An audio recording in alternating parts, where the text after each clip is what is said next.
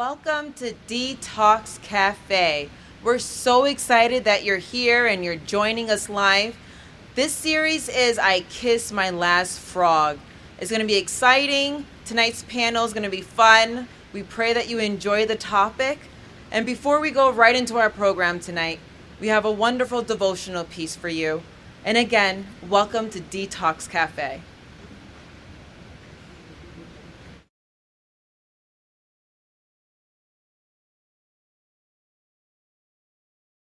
Hello, my name is Jules Jean Baptist. It's a pleasure to be with you here today, and I'm going to be taking you to today's devotional, and it is entitled, Thou Wilt Revive Me.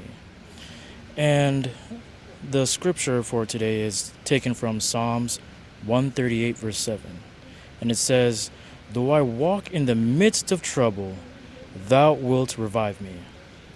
The Hebrew rendering of the above is go on in the center of trouble. We have called on God in a day of trouble. We have pleaded with his promise of deliverance, but no deliverance has been given. The enemy has continued oppressing until we were in the very thick of the fight, in the very center of trouble. Why then trouble the master any further? When Martha said, Lord, if thou hadst been there when my brother had died, our Lord met her lack of hope with this further promise. Thy brother shall rise again. And when we walk in the center of trouble, we are tempted to think like Martha that the time of deliverance is past. He meets us too with a promise from the word. Though I walk in the midst of trouble, thou wilt revive me. Though his answer has so long delayed, though we may still continue to go on in the midst of trouble, the center of trouble is the place where he revives us, not the place where he fails us. When in the midst of the hopeless place, the continued hopeless place is the very time when he will stretch forth his hand against the wrath of our enemies and perfect that which concerns us. The very time when he will make the attack to cease and to fail and come to an end. What occasion is there for fainting? And there is a poem that goes with this, and it's entitled The Eye of the Storm. And it says, Fear not that the whirlwind shall carry thee hence, nor wait for its onslaught and breathless suspense, nor shrink from the whips of the terrible hail, but pass through the hedge to the heart of the gale. For there is shelter, and the sun lighted and warm. And faith sees her God through the eye of the storm. The passionate tempest with rush and wild roar, and threatenings of evil may beat on the shore. The waves may be mountains, the fields battle plains, and the earth be immersed in a deluge of rains. Yet the soul stayed on God may sing bravely its psalm. But the heart of the storm is the center of calm. Let hope not be quenched in the blackness of night, though the cyclone a while may have blotted the light. For behind the great darkness the stars ever shine, and the light of God's heavens his love shall make thine. Let no gloom dim thine eyes, but uplift them on high, to the face of thy God and the blue of his sky. The storm is thy shelter from danger and sin, and God himself takes thee for safety within. The tempest with him passeth into deep calm, and the roar of the wind is the sound of a psalm. Be glad and serene when the tempest clouds form. God smiles on his child in the eye of the storm. When we go through our many storms in life, we are made weak and weary because there seems to be no end in sight, to the point where it seems like the hopeless and pointless It's hopeless and pointless to continue fighting the countless battles and constantly weathering the storm. It is during the helpless and pointless times the storm is strongest, and while it's hard to depend on God during these times, it is important to wait on God a little while longer, because that's when He takes us to the eye of the storm. And believe it or not, that's where it is the most calm. And you would think that's where, it is way more like strong, like the storm is a lot stronger and harder to weather. But it's not so.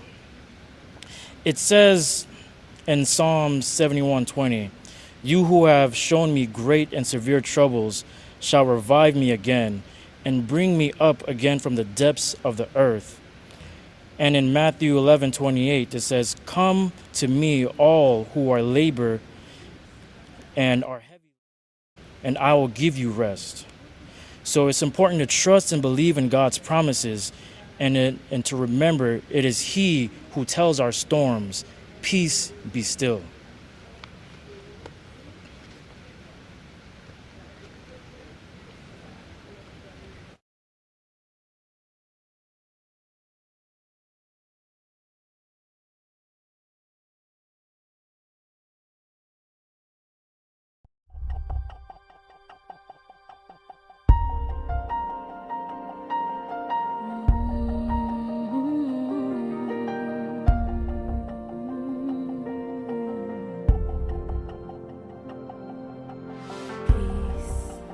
Bring it all to peace.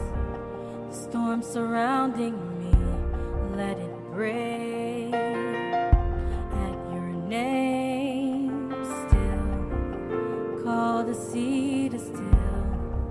The rage in me to still. Every wave. At your name, Jesus, Jesus. You make the darkness tremble. Jesus, Jesus. You silence fear. Jesus, Jesus. You make the darkness tremble. Jesus, Jesus. Breathe. Call these bones to live. Call these lungs to sing once again. I will praise Jesus, Jesus. You make the darkness tremble. Jesus, Jesus. You silence fear. Jesus, Jesus. You make the darkness tremble. Jesus, Jesus. Your name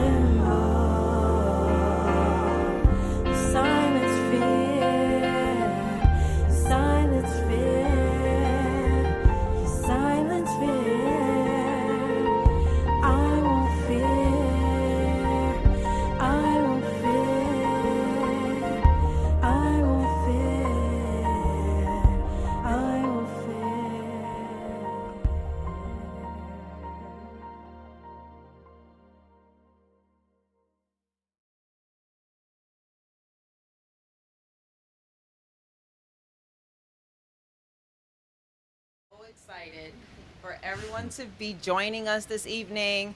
This is Detox Cafe. The series for the weekend is I Kissed My Last Frog. And we have life coaches Nekia Foxx and Assel Jean-Pierre joining us. And this is going to get interesting.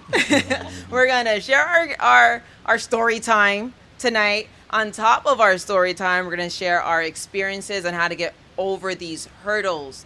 And it's going to be rocky, and we hope that you enjoy it, and we hope that you learn from it, you gain different perspectives as well. I'm Hadasha. I'll be your host for this evening. We have our co-host Myrna Nash joining us, and we're just going to dive right into it. We're going to dive right into it.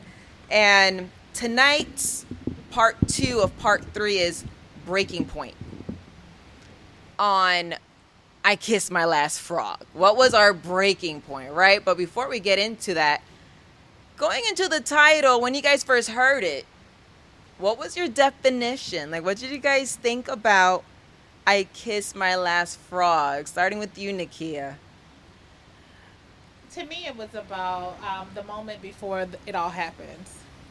So it was a confirmation of I know it's more to come. And I must be willing to have the courage to see the other side and what God really has for me. So it's unveiling the mask. So it was like the last time. Right. And you, Assel, like, what does the title mean to you when you hear I Kissed My Last Frog? I guess for me, I would say it was that moment where it was like, are you done trying to do things your way, and are you ready to do it my way? That's how I would take it. And we have our co-host Myrna. When you heard it, when we've been discussing it, Right. what came to your thoughts when you heard I Kissed My Last Frog? Honestly, it was, I think, a combination of both. It was looking at myself and saying, is this all that I'm worth? Is there better for me? And what am I willing to tolerate? And what example am I here to set for my own children? Right. So coming up with this title, I Kissed My Last Frog, and we're going to go right into story time. Right. I actually, coming up with this title, you know, the world says you have to kiss a lot of frogs before you get that prince or that princess, right? And I just remember having girl talk with one of my friends, and I sat on her sofa, and she's venting to me, I'm venting to her, and I just looked at her, and I'm like, you know what? I kissed my last frog. That's it. I'm done. Like, what am I doing? What is Hadasha doing with her life? You know, and it got to the point where I'm like, you know, it's not even about blaming the other person. Is what am I doing? Why am I allowing myself to get into a situation, right? Or like, what do I have to change? The mindset do I have to change to stop accepting certain situations that I put myself into? And going to the last situationship that I got out of, all God was telling me in that moment, getting out of it, because I was doing a 40 days of prayer. I was in the middle of a 7 weeks of prayer. And all I heard God say was, well, you were doing your own thing. So it's about time you allowed me in. And doing that whole moment of I kissed my last frog, you know, it's not even that the other person is a bad person. It goes into, why are you accepting someone or things, situations that's not yours? That's not of what God's will or purpose is. Ask him, not in the middle of it, in the beginning of it. Like, is this you? Is this okay? You know, from the jump, not in the middle, like, is this you? May I have it? Can I move forward with this? While you're in the middle of the situation. Now your feelings get into it, and now you're begging and crying out to God to heal a broken heart. I was like, well, you wouldn't have that broken heart if you just had come to me in the first place.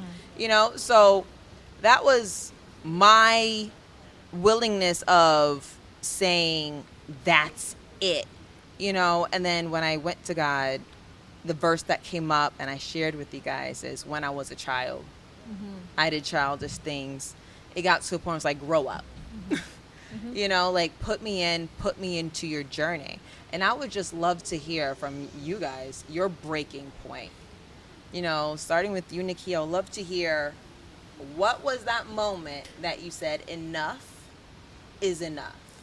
I would say for me, it was the total surrender. So it was everything that built up to the point that I had no choice but to totally surrender. It went back to in the Bible was Ishmael and Isaac, where it's like I was so accustomed to making things happen and doing things that looked like what it was, looked like the promise. And it was not necessarily meeting the individual or blaming that person. It was like, what's the real version of me? Like, am I ready to really deal with my truth? Am I ready to really allow myself to kill my ego and pride? Because that's what's really driving the illusion of me creating something what I thought is it. Wow. It looked like it. I made it till it felt like what I thought it should be. But deep down, I knew it was not it, because, in the Bible, it brings confirmation. It brings clarity. God brings confirmation and clarity. So if I'm in a state of asking or confused, that was my key. It's like, are you really ready to truly live in your truth, for one? And are you really ready to face the real version of you that you have not met yet? Because you cannot meet that match until you become the version. So then it forced me to really go in and say, I'm ready to really become the real version of myself. Oh my God. So that I can, because I was meeting the matches, but I was not in my truth. So that's why it was the last frog, because I was still a frog, but my pride and ego made me think I was the princess. Exactly. Oh, wow. Mercy. So that place of total surrender and like, let me take my hands out of it and let me have the courage to go into the unknown. Because I know what I can do, and that's not working. Let me go into the unknown. Mercy. And for you, Assel, what was that breaking point? Because we see that you got your princess. We see that you are, in that journey, in that level on within that, okay, God said this is it. But before you got that, this is it, what was your breaking point? I don't know. I just got to a point where I just got tired of wasting time. Like from about 18 to 23, it was just like, it wasn't so much. I was never a person who made people my girlfriends, because I kind of hold that a little special. But I would talk to people here and there, entertain this and that for a couple months, and if it went somewhere. If it didn't, it didn't. But it just came to a point where just things got boring, like doing certain things, cavort in certain ways.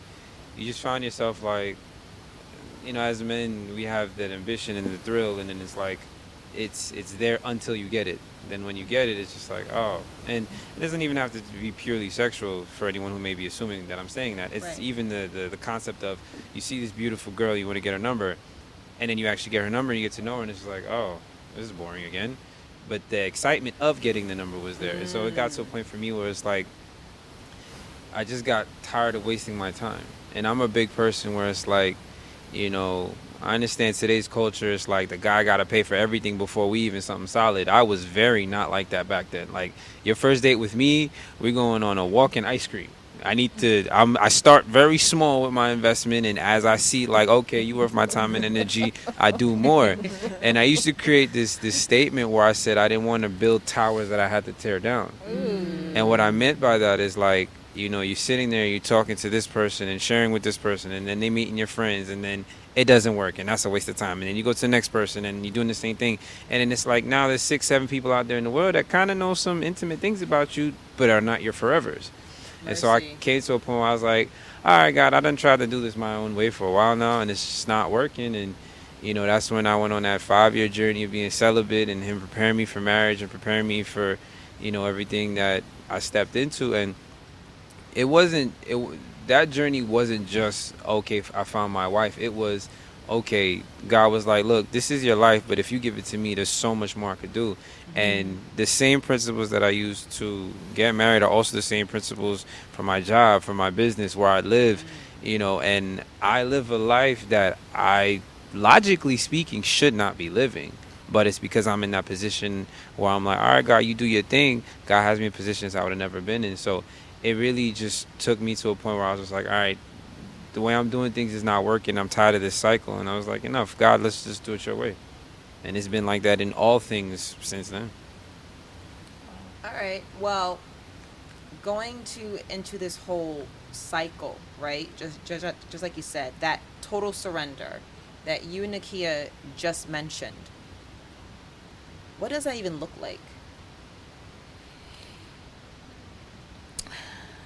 To me, it looks like a blank canvas, and it's the total surrender is when I say the unknown. That's the phase. Like for instance, in life, in order to enjoy in the Bible the land of the milk and honey, well, the promise, you must take a leap of faith, right? Yeah. So in order to receive what God really has for you in every area of your life, you have to go through a season of taking a leap. Yeah. So to me, it was, okay, I'm really about to take this leap. And I have to trust that I'm going to be caught. I'm going to be safe. Yeah. It's going to, I don't know what level it's, like, I don't know the next step, but I'm willing to go into this new journey, being able to know that it's better than what I could have ever imagined. Right. So Mercy. it was the willingness to allow this new painting to be presented to the world that you don't know what it's going to turn out and look like. But you know it's going to be magical, you know it's going to be amazing, and he's going to bring it all together. Right. Right. And we want to hear from our co-host, Myrna. What was your breaking point? I'm so laughing. He knows me so well. I was so stubborn that I didn't realize that there was many signs. But I think for me, it was after everything happened. So it wasn't like a post. It wasn't a before. It was literally after. And again, it was sitting down with people that cared for me and now was giving me a perspective of what they saw when they saw me. And I said, I'm so tired of being looked at as if I didn't know my own worth, as someone that was weak, and someone that didn't have values. And I just got tired of it. I got tired of looking at my girls staring at me and wondering, why am I even wanting less for myself? They hear so many positive things about what I was able to do for others, but they could not see that same person do it for themselves. So it was a moment of surrender. I think all of us spoke about surrender, the where we surrender to God. And for me, I'm in that season right now. I did the leap, and I'm still falling, and I'm still trying to wait to see where I'm going to get caught. And it's a scary process, but I think that in the same token, it feels so free. I feel so free in the sense of I'm literally going to land wherever God wants me to land, right? And so I think that's the exciting part of it for me at this point. Would you say that, and this could go for both of you, would you say that, or even you as well, that moment, like, do you remember the specific moment? Because usually it's like a thing that happens and it's like, okay, no more. Like for me, I could say, like, I remember I was in a relationship with this girl and God told me to break up with her the 1st of January. And I did not do that. And I went through like hell for the next 3 months. And there was that last day where she just flipped out and she was just going on. And in my mind, I was like, I never should have been in here. Enough. Like, I remember the event. So was it like an event for you? Like, that moment, that statement that they said, oh, no. Or like, was it just like a week by process kind of thing? For me particularly, it was the moment when I felt like deja vu. Where I literally, because, now, even when I'm working with clients, I'm like, know how you feel on your best day, right? Yeah. Know your thought processes during that time. Know what you said you want, how you see yourself, and how you are showing up for yourself. So in the event that the opposite is happening, that's when you know you're out of alignment, right? So if I'm questioning myself or the person, because I literally caught myself in the moment asking, "Are you ready?" And that's when I knew, like, oh my gosh, You out of place. Right. this is not it. And I was like, I was saying, I don't think you're ready, but I'm going along with it because this even was the best relationship I had thus far. But in my spirit, it was like, are you going to listen this time? Because I'm showing you this is the moment again. Yeah. This is not it. What's for you is aligned, assured, and confirmed. You don't have to ask. And it took me back to even just the example that I give others. It's like, listen, anytime God blesses you, it's not, is this you, God? It's thank you, Jesus, so much in the moment. So if I have to pause, or if I am not in that same level of this is not it. Right. You don't think that it's because you're scared this time not to repeat the same mistakes as before? So it's not necessarily that you don't have the intuition that this is the right thing, but it's just a question of, man, Lord, is this the right thing? Because I've made the mistake before thinking it was, and It's it like wasn't. You keep going after frog to Right. frog, or being a frog to frog. Exactly. Right. Well, for me, I feel like my lessons were listening to my spirit. So I feel like we go through a journey of evolving and evolution and self-mastery where it gets to the point of, do you hear me? And you've gone through several different situations where it's brought you back to, are you listening to me? Because I've shown you. And then when you catch yourself in a similar situation, it comes to you that I saw the day. I remember the moment when it was there, and I didn't want to listen, even though I had the pause. I filled in the blank. I came up with a very creative excuse, analogy, or great reason to prolong the process when I knew this was not it. So it was like really getting confirmed, like I know that moment, that feeling when it's off, when it's giving me a slight pause, and I must listen to it this time. That was my lesson. You know what like bothered me throughout my situation? It was the state of confusion and finding an excuse for it. Like, well, maybe it's me.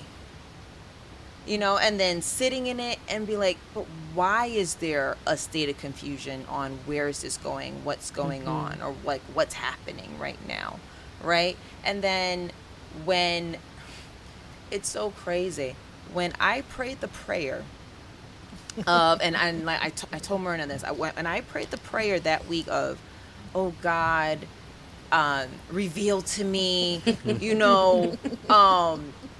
who's not supposed to be in my life, won't be in my life, for like the both of us, right? I'm praying for like the both of us. Little did I know that 3 days later, God's like, okay, cool, this one. Done. And it's how it happened. You feel so sucking in, like, no, I was praying for somebody else. Right. I was praying about like somebody else, like not this situation. And it got cut in a way where it's like severed. Because when you pray that prayer, right, sometimes you might detach, but there can still be a way to come back. Right? Once you ask God to reveal and what's not for you to remove, it's like, okay, cool, severed. Like there's no even a way to even come back around. Your whole emotion is just like, oh, okay, this is what we're doing. And it's just like there's like a meme online where like where the guy is holding on to the camera and stuff like that, and God is like, all right, not now, wait for it, hold on now. And you're like, everything looks so chaotic, your emotions are just all over the place. But the beautiful thing about God, even when everything is so chaotic, you still feel at peace. It was the moment that I didn't feel at peace. And when God was like, your emotional awareness, your emotional grace, what like you're looking for, how like you're trying to go about it, it needs to be in me. It needs to be in me. And once you're tapped into me, you're going to know my will. you're going to see it. You won't even want to entertain it because you're within my will, and you know that that's just not it. That's not it for you, for your purpose, for your journey. This person has another journey that I'm taking them on. So this is not, both of your paths, it's not the same. Yeah. It's not the same. And if you allow me to show up and show out, I can show you. And I think what happens, just like you said, the ego, the pride, and we're so scared to keep fumbling without even realizing it that we're fumbling. So we take that control, like, oh, I got this. I got this. And God's like, no, you don't. You know, it's just an automatic thing. And that's where we go into emotional maturity and awareness. You know, and for you guys, what does that look like to you now at this age on for you not to continue having a frog mentality? What is emotional? What? Emotional awareness and maturity. What does that look like inside of you to continue on in a healthier path? I mean, I guess the way I'd answer that question is, I think once you start to get to a place where you just want to do better for yourself, that already kind of starts that process of self-awareness. And so, you know, you're kind of like, okay, how am I reacting to this? How am I reacting to that? And now if you kind of go deeper into that process, you go from how am I reacting to why am I reacting like this? Which then opens the door to therapy and understanding this happened when you were 12 and you're doing this and da-da-da-da, and you kind of start to evolve and you heal what you can heal and you manage what you can manage. And so I think within that whole kind of melting pot, you know, we have the emotional maturity, which I've always defined it this way. I always look at maturity as the balance between your self-expression but consideration for people's reactions to that expression. Right. So someone who is extremely immature will just do what they want regardless of how other people may feel. Someone who is the opposite of that never lives their reality because they were trying to people please. So maturity is finding the balance where you can be yourself but also, you know, be respectful and mindful of the people around you. And so now emotional maturity comes to a place where when you're in a relationship, married or dating or whatever, where it's like you are not neglecting your needs, but you are also not, you know, being like this demanding person and treating the person like an ATM. You know, and the easiest way I can kind of explain that is, like, I always look at it as a hierarchy of love, right? And the Bible says that you love God, you love your neighbor as yourself. So when it talks about the person who should be the head, it should be God, then yourself, and then people. And what that means is that whatever is at the top is what you will do to please. Everything that you do pleases whoever's at the top. So if you're at the top of this, then everything that you do is to please yourself, even if it's at the sacrifice of your relationship with God or the sacrifice of your relationship with people. If people are at the top, you do everything to please people, even if it's contrary to yourself or to God, even if it's not good for you and it's contrary to God's. But when God is at the top, you then do everything that you do to please God. Now, the mistake people make is they put God and then people and then themselves last. And that's not the correct order, because it says you can't love people unless you love yourself. So it would be God, yourself, and people. And so when you understand that, going into a relationship, you know the things that you need in a relationship, like, you know, you need communication, or, you know, if we get more specific, like if you love to dance, if you love to have fun, you need somebody who meets or who can nurture these kind of aspects of you. And then you also understand that you are adding to what they need or crave. And so when I look at that big ball of emotional maturity, it's understanding, okay, how do I fit into this puzzle while also making sure I fit into their puzzle, making sure I'm giving as much as I'm getting. And for you, Nekia, when it comes to I- awareness. Okay, so this, I would come from a different angle in reference to how I look at emotional maturity. My angle with emotional maturity is in reference to it is the container or the power, because it's connected to my peace. Yeah. So when I started really valuing my purpose and protecting my purpose, I had to understand that it wasn't an option for me to master thyself or to gain a level of emotional intelligence, to not let people, things, or situations dictate how I maneuver, because my purpose depends on it. My calling depends on it. So my level of awareness with how I respond to things, my level of awareness of what I'm expecting, and am I showing up in a manner that will allow the world to see me and respond to me in a way that I can be on my calling and my path. I know when I lacked emotional maturity and intelligence, the world just had me like just dangling, like, you know, just I was all over the place, ups and downs. It's no way I could fulfill my purpose in that energetic. So I started really going and saying, listen, I need to see what are my triggers. I need to see what is the root of that. I need to see what are my blind spots. Where am I not loving myself, and where am I not being willing to step up to the plate and have ownership even of my actions. So it's not just an option for emotional maturity, it became a mandate for me. It's a requirement that I had to give to fulfill my purpose. I have a question for you too, actually for both of you guys. You mentioned earlier on that you recognize, or you saw yourself as the frog, right? You lacked the ego part. I mean, you had ego. You. What would happen if you were already in a marriage situation to where you couldn't just cut it off, right? You recognize you've been the frog this whole entire time. How do you now think that you should be able to turn it around? Because there's relationships that are already together, like you're married, your husband and wife. There's no way to run around. There's no way to just call it a quit, you know, just because now you recognize, oh my goodness, I've been the frog this whole entire time.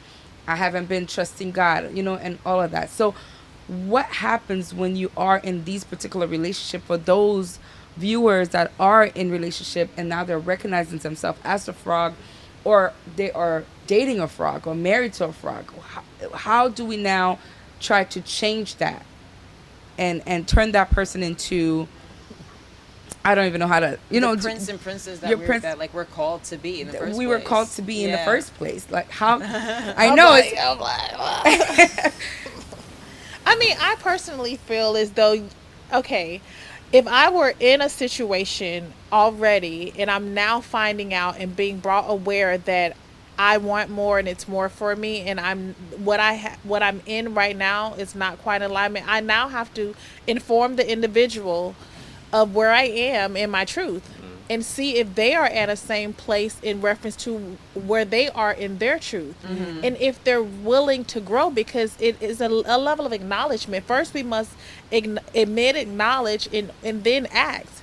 So are they in a place that they're ready to grow, or that they want more, or to align? Because we can all start from where we are, but are they there as well? And are they willing to be? Yeah, I 100% agree with that. Like, I think people have the misconception that, like, you know, when you get married and you know that God, that's the person that God gave you, like, oh, it's all happy ever after. Like, no, nothing like that works, you know. Yeah. And I think this is the part where sometimes we, specifically Christians, kind of confuse how blessings work. It's like God gives us and blesses us things, but it doesn't end there. You have now been given an assignment. You have to maintain. God gives you $1 million. It's not just I gave you. This is an assignment. I give you a thriving business. I give you gifts. It's an assignment, and how you steward it is determining on whether it will flourish or will grow. Whether I will give you more gifts, more blessings, open more doors for you. So in the same way, a relationship is the same exact way. You are given this wife, you are given this husband, and now how you steward it depends on whether it flourishes or becomes a nightmare or not. And so now when you're talking about being in a relationship already where, okay, you're now in it and you wake up and it's like, okay, this is my situation. Well, there's a lot of people in relationships who are not working at it. And so they just settle like, oh, I guess it's just always going to be like this. However, if you're in a situation now where you've come to the realization that this is where you're at and this is your situation, and you now say, you know what, I'm willing to work. Then you just pick one thing to work on. And if you want to work on intimacy, you start working on intimacy. If you want to work on communication, you start working on communication or trust. But just work on something. And also, you know, the best thing that you could have done is marry someone who's also willing to work. And if they're not, you know, you pray, you hope that God can sway their heart, because as a human being, there's only but so much you can do to change a person. You kind of really, not even kind of, you can't change a person. They'd have to want it for themselves. And so now, if you're in a situation where the situation is bad and the person has no desire to change or even a willingness to work, and if prayer and fasting ain't cutting it, God gonna show you what the next move is, regardless of what they may be. But outside of that, it's work on something. If it's not intimacy, if it's not having more fun, if it's not finding activities to go together, spending more time together, just work on a thing. Because it doesn't matter how happy you see people on social media. I'm literally like 120 and for the question that I ask, and I go up to every couple, whether it's pastors and wives or regular people, and I say, hey, you guys married, have you ever wanted to divorce this person? No one has ever said never. Everyone always says there has been a point where I did want to divorce this person. And this is the most happiest of couples I've asked, the most religious, you want to say, of people, and they all say yes. And I start finding out, like, okay, the difference between the ones who did get divorced and who didn't is, what was the foundation of your relationship? What was your relationship standing on? Was it what I wanted, or was it something greater than yourself? And when it's greater than yourself, then now when it comes into putting in the work, it becomes a little easier. So to answer it as clearly as possible, it's like, if you're in a tough situation, work on something. Pick one thing. Don't do a million things. Work on something. And be patient. But at the same time, it's like, a lot of us are quick to be a flight risk. You know, a lot of us like to run out because we don't like to do the work within the situation. Because I feel like sometimes, whether it's a friendship or whatever it is, relationships is a mirror to who we are, right? And I think a lot of times we're so scared to hear about ourselves within different situations, because you have this one perception of you, and then when somebody else is like, I don't know, you know, and they're saying, no, well, this is how you're making me feel, and you're like, well, how, you know? And when it comes to being emotionally aware, one thing that I was studying on is, a lot of us don't like to accept the feeling, whether it's hurt, whether it's anger, whatever it is, to decode it, to dissect it, to understand why are you feeling the way that you're feeling, to understand, like, what can I do to even work on this? You know what I'm saying? Because now we're in a new age of thinking on, well, if it doesn't serve me right now, I'm just going to go. Right. And I feel like we bring that into everything. Right. And like, you can see it in business. You can see it in companies. You can see it in just like a lot of friendships and just regular relationships. Like, this isn't working out right now, you know? And that's why I even think that God can even bring someone within your life, and that was the person. And because of your unwillingness to self-reflect, or to work on it, or to learn to keep going to him to maintain, you can lose your blessings. You can. And you see it in businesses as well. You see it within the Bible. Like, you can just lose it because you didn't continue working on yourself. You got comfortable. You got comfortable. You know? So not to say much, but for exactly what you just said is why I came to a place, and this is my only personal view, that I don't believe in dating. Like, I think dating is a complete waste of time, because in the same way that we have finite willpower, right? I believe that there are also things we have finite amounts of, and that could be finite amount of grace, finite amount of patience. And now what happens is, God gave you what you needed for what his plan for your life was, for the person that he had chosen for you. But you decided to waste some grace on this person, waste the majority of your patience on that person, waste the majority of your understanding and trust on this person who never deserves it. So now that you finally meet the person that God had for you, you all tapped out and you can't even see, and you don't have nothing much left to give.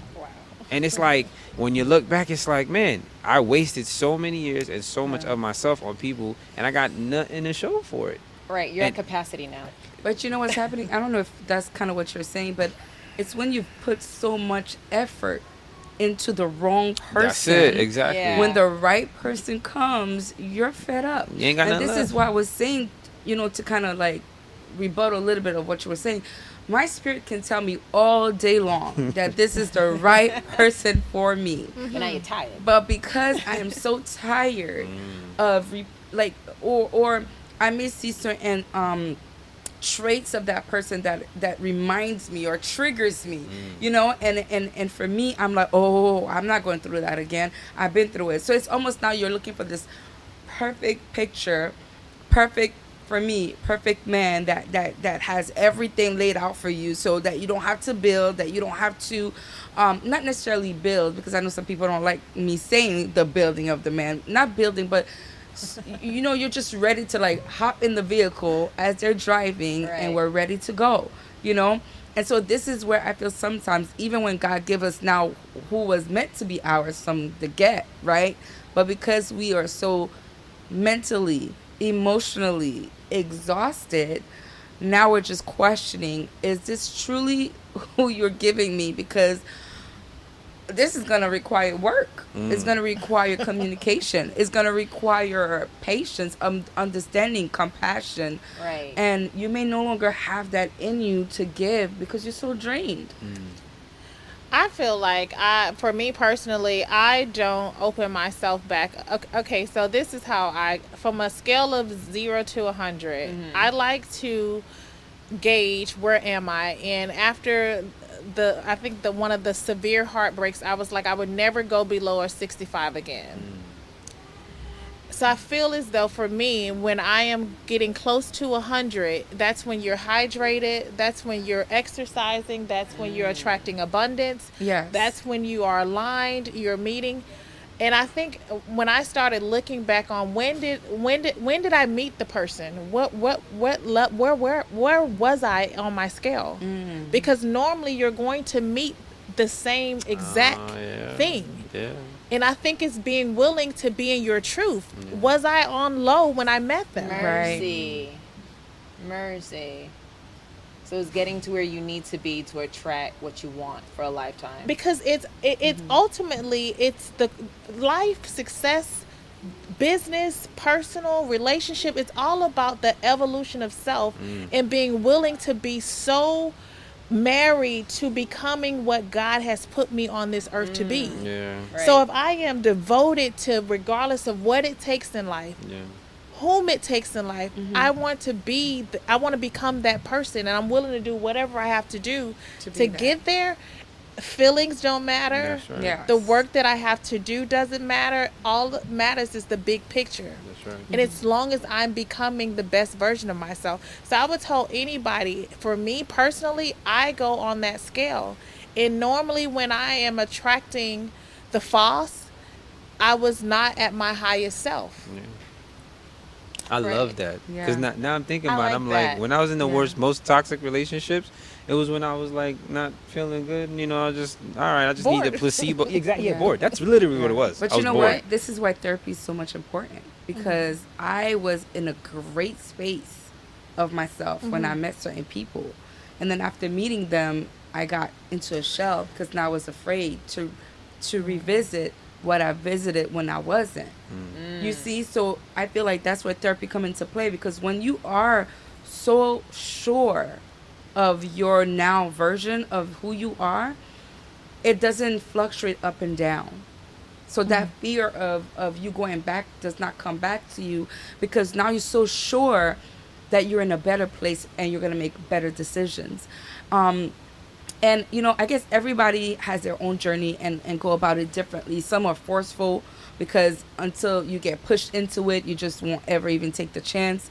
And some go through the journey because they're being obedient, you know. So I think it's completely different. So it's all about self-care again, like you mentioned. It's making sure you understand you, so that even when you go into your highs and lows, you know that you didn't make any mistake in decisions that you took, because people are going to go up and down in relationships. They're not always going to be at their best.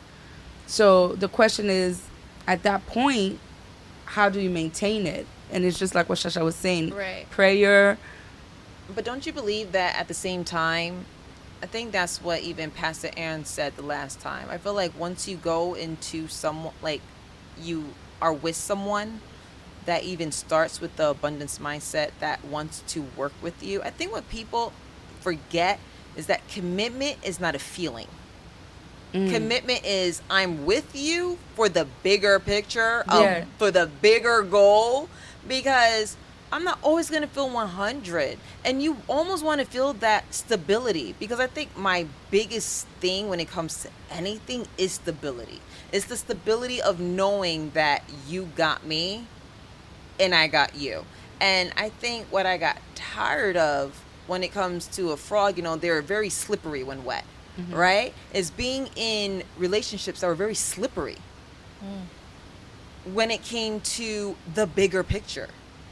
Because just like how we can say we have a bigger vision for ourselves, now it's meeting someone that also has a bigger vision for themselves. And then now coming together and say, what's the bigger picture? How are we going to do this together? And there's some days where I'm not going to feel at 100. What are you going to do? Leave? Right. Are you going to step out now? Because right now I'm feeling at 10. It depends, though. I was going to say, from a men's perspective, Really? Yeah. how do you feel? Yeah. Because, so I think we were talking about this the other day, but when it comes to relationships between men and women, right? And I'm outnumbered at the moment, but hope I don't get killed. When it comes to relationships, women usually, their biggest sacrifices, stereotypically of course, is their time and their bodies. Whereas for a man, his time is not so much value, because it's almost like you're lucky to be around this beautiful princess, and it's more so like we're giving up resources. So what ends up happening is, for a man, if I'm now dating a female and you're going through all of these things, if I'm not in covenant with you, I'm not married to you, I have to really ask myself, am I about to start putting in all my resources, all my purpose into this person that I'm not about to be with? And the reality is, everybody goes through something, right? Right. Everyone. But now, if I'm not in covenant with you, I don't necessarily have an obligation to stay that. Like, I'm not married to you. So your whole world falling apart, I don't really have an obligation. I don't have to stay, because really, I'm losing more out of this than you are.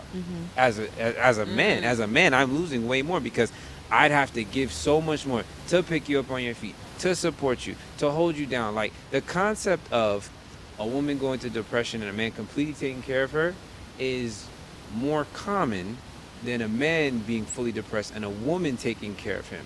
It's more socially acceptable for a man to carry his woman than it is for a woman to carry a man. So now, as a man, when you understand, it don't matter who I'm with, toxic or not toxic, I'm probably going to have to carry whatever woman I'm with. Well, I might as well choose when I'm going to do the carrying, when I'm not, because why do it for every person? I pick and choose. So I understand now, like, you walk into some situations and it's like, nah, you got way too much going on. Right, which makes sense, right? And that's where I think you get into situations. Right. Right? That, like, you probably shouldn't even be in the first place. Because just like what you just said, we all have the opportunity to look at the person, reevaluate, and say, I don't have to deal with this. Right? So now it also goes into getting back into your shell. Yeah. Right? Because now, and this is probably not on God's time, but let's say like your own time, right? And you see why people go back into their shell, react the way that they do, are not as vulnerable the way that they want to be vulnerable, because they're scared of the reaction of what vulnerability might bring. Yes. Right? Because so now, as a person, you just want to maintain strong to get to the end goal of that covenant. Right? Because now you're scared. Oh, well, if I show a bit of vulnerability to this person, are they emotionally strong to accept me? And the beautiful thing is now, I'm like, yo, be vulnerable. Find out from the beginning if they can or not. It will save you so much time if this person is mentally strong or not, or even wants to be mentally strong for you. Yes. You might just be a fun time, not a long time. Find out right now. Be just a hint vulnerable. Don't get the full picture. Just be a hint sometimes. Even that I gotta push up on, because what, I have to choose my words wisely here. What I allow myself to experience with my wife being married, I would never with anybody else. No way. Not even close. But because that's my wife, it's like, oh, we better for worse. So hey, this is what you're going through right now. You having a tough day, tough week, tough month, tough years. All right, I married you for better or for worse. Anyone outside of my wife, I'm not doing that for. I feel for me personally, I mean, I can agree with that. I think men take it because I feel like the emotional aspect is a larger investment in that concept to most men. For me personally, I am going all in if you qualify. And this is the thing, because the torture of me knowing that I am going halfway, it will beat me up more. So me knowing I'm not living this life to the fullest, or because it's the same equal equivalent. If your blessings are, if you house your blessings like this, they can't come all the way in. That's right. That's the same thing with emotions. That's the same thing with love. So I must be willing to go either all in, Right, or not. and understand the consequences of shutting down, because even the good can't come in. How do you qualify? For me, qualification is now understanding that do they have the capacity for me? Are they willing to? I don't know how, and this is what I ask now. I don't know how far you're wanting to go in this life. Yeah. I don't know if you're really a warrior. I don't know if you are to the point within yourself that you've really said yes to your journey on the level that it requires to be with me. Right. Because if it's an illusion, if it's based on pride, if it's ego, it's going to come out. That's right. Right. And for me, that was also like a particular situation I was in. And when it was time for to cross the line, they chose to go back to their old ways. Mercy. And you have to be willing to accept and respect that. Right. Because this is their journey. Right. Right. Do you feel like I was like time wasted, or is just a part of the process? Oh my God! At first, I was beyond. Because I was very clear. I felt like I'm already at a tender age. Yeah. I felt like it was time wasted, but it was the level of betrayal that I felt like for my time and my journey. Because I was very upfront and knew the cost beforehand. I was single for 5 years before I went back in, so I was like, I know what it's going to take for me to even get back to that point. Right. That was what I was so upset about. Like, now I got to go through this whole Journey believing again. myself again, Yes. questioning Right. myself. Right. Self-reflecting again. It's like I don't have time for this. Yeah, So right. that was really the anger from it. Like, why would you put me through this when I was very upfront and I did the work beforehand? Yes. Right. Ugh. So that was my hardest thing. Like, I'm here again now, but I am so grateful because once again, it's that knowing that obviously it's more in me that I did not see. And I would not, if it's showing up in my life, it's showing up because it's trying to give me the opportunity, not opposition, but opportunity to see myself in a much broader way that only that situation could have brought out. Right. I'm gonna say this, because you very wise, and you got thank you kindly. a high level of understanding of yourself. And so how do you differentiate understanding the role that you played as opposed to not blaming yourself? So the role that I played, so the role that I believe I played versus not blaming myself, I feel like when I embrace both sides of the coin. So respecting the version of give myself grace, but knowing that I had to go through that to be who I am today. Yes. Because every relationship I said thank you afterwards. And I had to literally say, because one might have taught me you will never get my emotions again, and then nothing after that Right. ever got my emotion again. The other one might have taught me I will never not really love myself on a level that is fulfilling to not just me, but everything that's connected to me. So each one of them was a thank you. So now I don't look at it, and only through that last situation that I thought was the last situation is when I was now being able to embrace, feel the situations, feel the emotions, but get the lesson and become the version of you that's required to move forward. Right. I was I speaking to love- someone. yeah, go ahead. Sorry. I was speaking to someone, and they told me that nobody makes bad choices. Basically, in life, we have bad experiences. Because if we were given the opportunity to choose and we already knew what that choice was going to give us, we wouldn't have done it. If you already knew that your marriage was going to end up in divorce, you wouldn't have married that person that was given to you. If you already know, whatever the situation may be. So it's almost an experience. And as you mentioned, I think that situation and life bring new version of who you are, because now you are defining yourself into it, recognizing what makes you happy, what does not make you happy, and what you're willing to do in a relationship for it not to happen again. Because again, I'm in a state of mind right now where I'm not wanting to point finger at who did me wrong. I want to see what I could have done better to improve this relationship.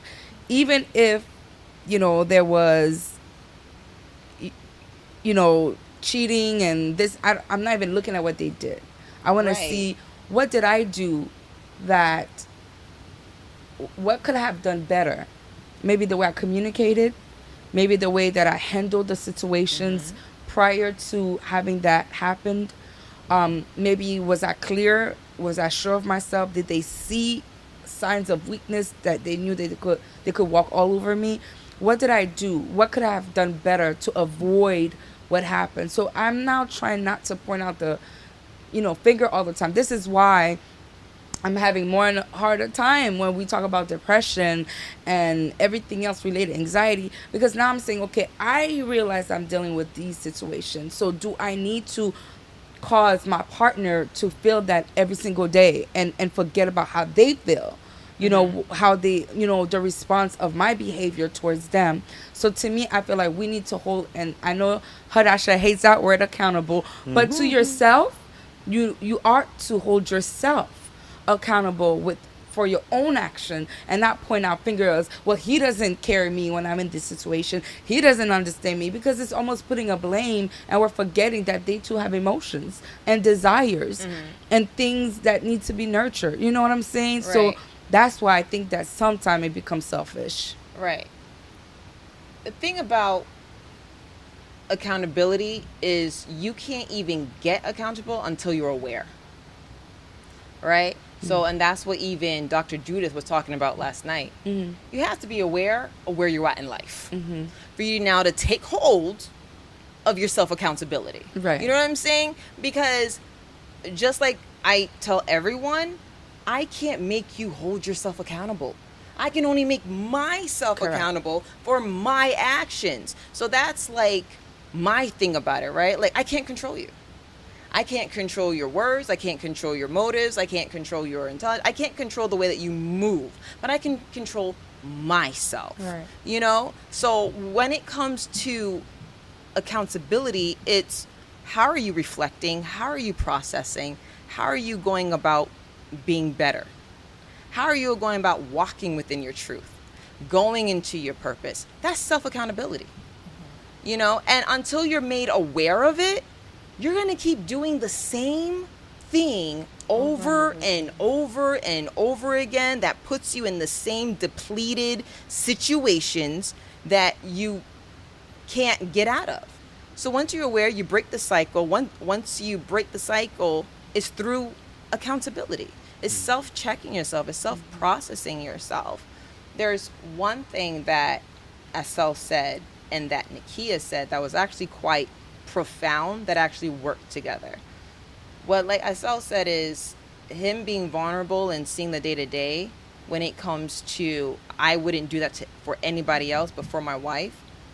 When you're in a courtship, just like what Nekia said, when you're upfront with of where you are, of where you want to be, you're still choosing that person before marriage.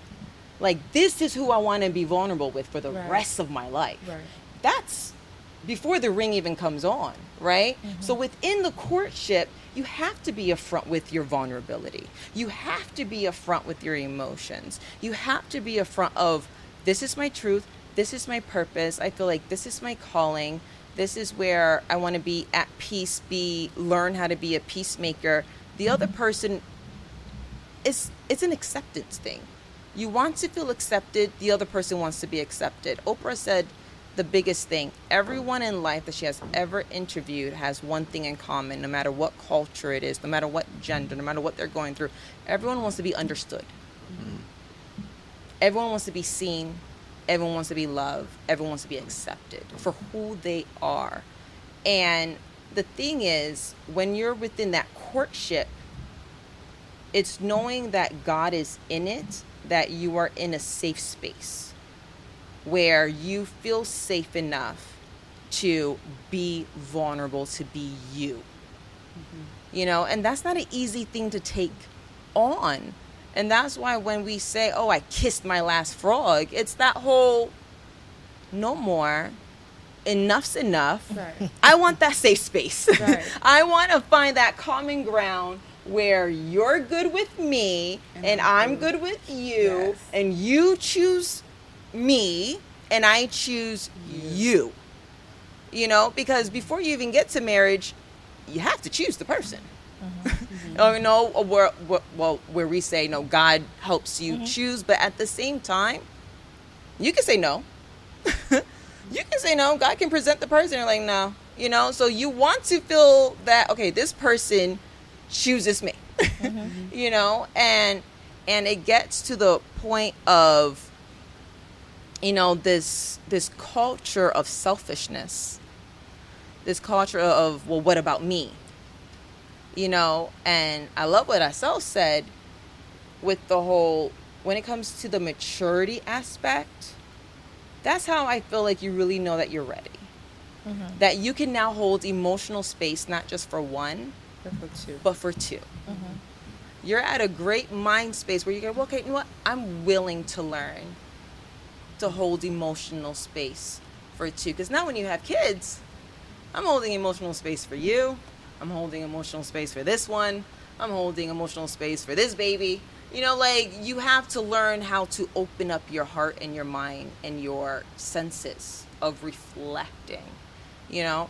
And with that being said, I know that we're starting to wrap up a bit now, which we could probably sit here and keep on talking more and more about this, but I would really love to know your thoughts when it comes to lean not unto your own understanding. I really want to know when it comes to your thoughts on God calling us to a place of lean on me and not on you. And what does that look like? Or what could you tell our audience? What does that look like when it comes to trust the process? Lean not on your own understanding. To me, it goes back to, it's just like these glasses. Every time I get my prescription 2 years ago, I can't see out of them versus my prescription now. Every time God reveals a new version of me, I must be willing to accept it and not let my pride and ego tell me what it should look like. And I think being willing to take on whatever comes with that. Yeah. And knowing the value of the cost of not being willing to do it versus staying in alignment with, I must be willing to take on all that he's showing me at this phase. Right. Mercy. Love that. Mercy. For me, that's actually my favorite verse, Proverbs 3:5-6. The way I've always looked at it is, you know, just when you think about the words, lean not on your own understanding. And so when you lean on something, you're putting weight behind it. You're putting your force behind it. And your understanding is your perception, your truth, your reality, what you perceive to be what is. And, you know, just to give a simple example, it's like when I look at my wife and I look at her actions, I will have an understanding. And I will say that she's doing this for that, and she's like this way for this way, and these are the reasons why she's doing that. That is my understanding of it. But if I submit myself to that verse, which says, lean not, it means I cannot put weight on how I perceive the situation in front of me. So what I have to do is I have to have the courage to take my perception, to take my reality, submit it to the altar and say, okay, Lord, this is what I think, and this is how I perceive the situation. What do I do? And a lot of times in that, it's like, look, yeah, I know it looks like A, but it's completely Z. You know, yeah, it may look like she doesn't care, but she actually very much does care, and she's going through something that has nothing to do with you, and you're just gonna go through a little valley a little bit, and I need you to just love through that. And what that means is I cannot put my weight behind what I wanted to do, how I wanted to react, how I wanted to fix or solve the situation. I had to sacrifice my will, my right to be right, and say, all right, you know what, Lord, I'm going to submit. Lord, you tell me what to do, because how I'm perceiving the situation, I'm missing it. And you told me I can't trust what I'm seeing. Just like you said with the prescription. I can't trust what I'm seeing, so I need you to show me what I need to see. Because even when it looks a certain way, what it is behind the scenes is something completely different. So I look at it as like, again, don't put your weight on what you believe to be true. Allow God to reveal to you what truth is. Wow. You know, thank you. This was enlightful, actually. You know, the beautiful thing about Detox, and we all say, I view it as group therapy. You know, we get our experiences, we learn from each other, and I love learning from people that want to get to a healthier spot, because healing isn't linear, right? But the will to want to keep growing is. And it's a beautiful thing, and it's a beautiful journey. And when it comes to Detox, it's about that non-judgment, nothing going on here. Like, we just want to get to a better space with God, a better space with ourselves, a better space when it comes to our social responsibility. So again, we'd like to thank our audience for joining in. We love you guys. Thank you for your support. We'd like to thank our life coaches, Nekia, Foxx, Assel, Jean-Pierre. You can look in the description very soon to see where you can find them on social media as well. Contact them. Moving forward, we'd like to thank our co-host, Myrna Nash, for joining us as well. We'd like to thank behind the scenes when it comes to Tele Anacaona. Thank you for being here, for supporting us, for End Time Sabbath Worship Center, for supporting your young adults within our journey, within these times right now, for having a safe space to talk. So thank you again. Tomorrow afternoon, we're here with Dr. James Doggett Jr., and we're so excited for that discussion as well. And again, thank you for joining us when it comes to Detox. And we'll see you tomorrow.